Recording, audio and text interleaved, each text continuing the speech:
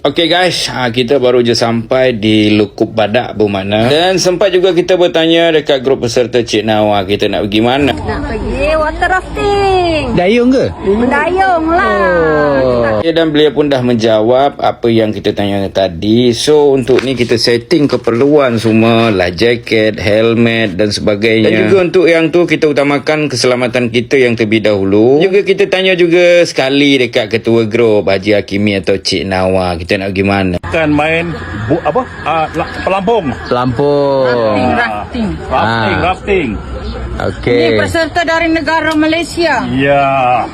Pasti Nampak tak nampak? Ini yang kita yang muda-muda ni kena ambil contoh dekat Tuan Haji Hakimi kita tu. Tengok dia jaga dia punya bini tu Haji. Dia pakailah jaket untuk orang rumah beliau tu, Cik Nawa Koma. Ini yang luar biasa dia. Tu Haji tu seorang je lah pakai tu kan. Nampak tak tu Haji tu? Dan juga kita masih di sana lagi untuk kita setting keperluan tu. Sebelum kita bergerak, kita pastikan semua life jacket kena pakai fit dan juga helmet. Sebelum kita menaiki bot pelampung tu, maknanya kita ada 3. Kita nak dengar juga ustaz kita ni dengan Cik Nawa tu, dia tengah berpuisi ataupun dia tarik satu pantun tu. Mari kita dengar dulu sebelum kita bergerak naik pelampung. Lukub Badak. Apa lagi? Mall kita. Kalau takut Dayung ke hulu, jangan masuk angkatan laut.